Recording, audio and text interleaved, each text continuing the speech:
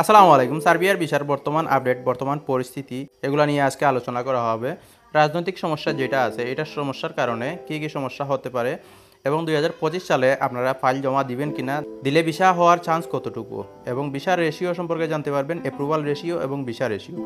রিস payment সম্পর্কে অনেকেই জানতে চাচ্ছেন এবং অনেকেই যেতে চাচ্ছেন। এটার কী পরিস্থিতি হয়, আপনি কী পরিস্থিতিতে পড়তে পারেন এবং কত টাকা লাগতে পারে, এ বিষয়টা নিয়ে সম্পূর্ণ আলোচনা করা হবে এবং ম্যান পাওয়ারের যে বিষয়গুলো আছে, সমস্যা হচ্ছে, ম্যান পাওয়ার হচ্ছে না, এগুলো জানতে পারবেন এই ভিডিও থেকে। তো মূল ভিডিওতে যাওয়ার আগে আপনাদের বলেছি, এরকম ভিসা সম্পর্কিত বিভিন্ন দেশ সম্পর্কিত ইনফরমেটিভ ভিডিও আমার চ্যানেলে কিন্তু প্রতিদিনই আপলোড হচ্ছে। আপনারা যদি মিস না করে যান তাহলে অবশ্যই চ্যানেলটা সাবস্ক্রাইব করে রেখে দিন। তো চলে যাচ্ছি মূল ভিডিওতে।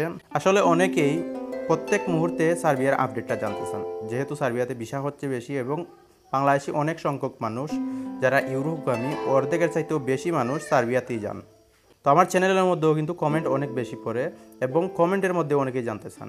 তো কমেন্টের মধ্যে সবাই রিপ্লাই দেওয়া সম্ভব হয় না, তাই আমি ভিডিও মেক করি, প্রায় সময় সার্বিয়ার আপডেট নিয়ে ভিডিও মেক করি।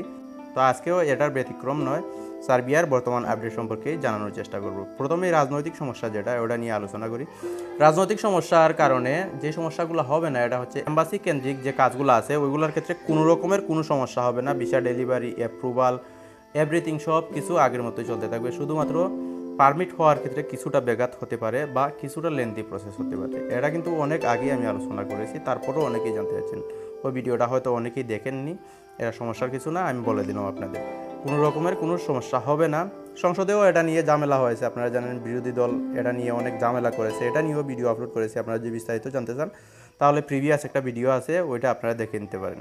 তো কবে এই ঝামেলাটা শেষ হতে পারে এটা সম্পর্কে অনেকে জানতে চাচ্ছিলেন। আসলে এটা সঠিকভাবে বলা যাচ্ছে না, দিন দিন কিন্তু এই ঝামেলাটা বেড়েই চলেছে। সবশেষে কিন্তু আপনারা দেখতে পেলেন যে সংসদে যে ঝামেলাটা হলো, এটা নিয়েও কিন্তু অনেক হট্টগোল হয়েছে। বিরোধী দল চাইতেছে এটাকে বড় করার।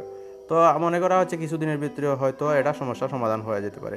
রেশিও সম্পর্কে এবার কথা বলা যাক। রেশিও যেটা আছে, দেখুন এখানে আমরা ভিসার রেশিও মানে যেটা বুঝি, এটা হচ্ছে ভিসা পাওয়ার যে সম্ভাবনাটা বা ভিসা যে পায় এটার রেশিও। আসলে ভিসা পাওয়ার যেটার উপর নির্ভরতা করে, এটা হচ্ছে যে আপনার অ্যাপ্রুভাল।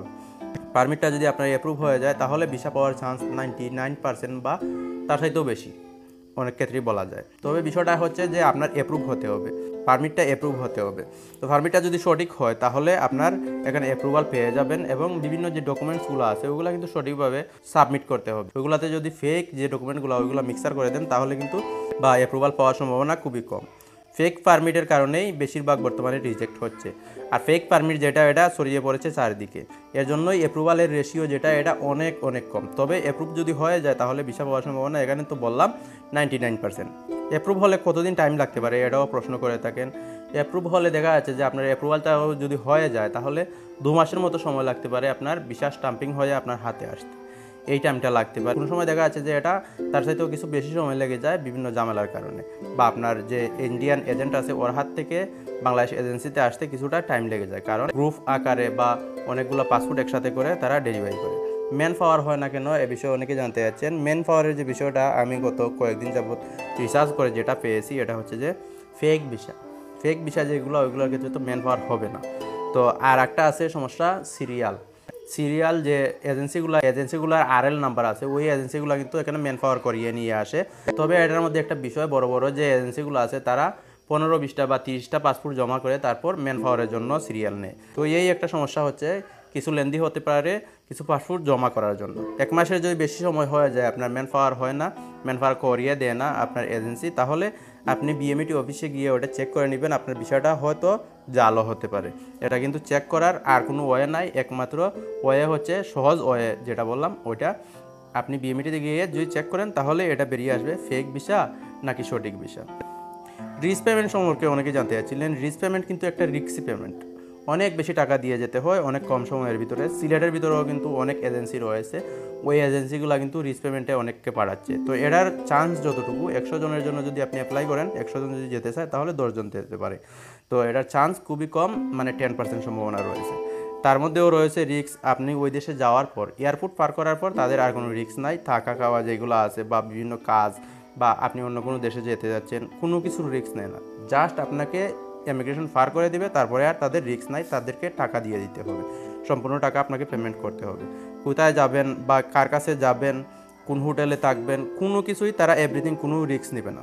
তো রিচ পেমেন্ট আপনার জন্য না। যারা রাজনৈতিক সমস্যার কারণে বিগত কিছুদিন আগে রাজনৈতিক সমস্যার কারণে বিভিন্ন সমস্যা পড়েছে, তারা তো টাকা উপার্জন করেছে এতদিন, এখন 15 থেকে 20 লক্ষ টাকা খরচ করলে তাদের কোনো সমস্যা নাই, তারা দেশ ছাড়তে পারলেই হলো। তাদের জন্যই হচ্ছে রিচ পেমেন্ট, আপনার জন্য না, আমার জন্য না। এখন জমা দিবেন কিনা 2025 সালে, এটা সম্পর্কে অনেক জানতে চাচ্ছিলেন। তো এখন জমা দিবেন কিনা, দেখুন জমা দেওয়ার আগে একটা জিনিস আপনাকে যাচাই করতে হবে, এটা হচ্ছে যে এজেন্সির ব্যাকগ্রাউন্ড চেক করতে হবে, তারা লোক পাঠিয়েছে কিনা, বিগত কয়েকদিনে তারা লোক পাঠিয়েছে কিনা, বা বিগত কিছু দিনে তারা কতজন লোক সাকসেসফুলি পাঠাতে পারছে, এই বিষয়টা আপনাকে অবশ্যই যাচাই করতে হবে। তাদের সাকসেস রেট কতটা, এটা যদি যাচাই করেন, কমপক্ষে 5 থেকে 10টা এজেন্সি যাচাই করবেন। যাচাই করার পর যাদের কাছে টাকা কম পাবেন, গ্যারান্টি পাবেন এবং তারা লোক পাঠাতে পেরেছে, এরকম যদি দেখতে পান তাহলেই আপনি জমা দেন। বর্তমানেও কিন্তু অনেকে জমা হচ্ছে এবং অনেক এজেন্সি ফাইল নিচ্ছে। রাজনৈতিক সমস্যার কারণে অনেকে ডিলে করতে যাচ্ছেন, এটা তেমন একটা সমস্যা আমি মনে করি না। আপনার কাজ আপনি করবেন, তাদের রাজনৈতিক সমস্যা তারা সমাধান করবে। এটা আমরা কর্মী মানুষ, এটা অত বাবার কিছু নাই।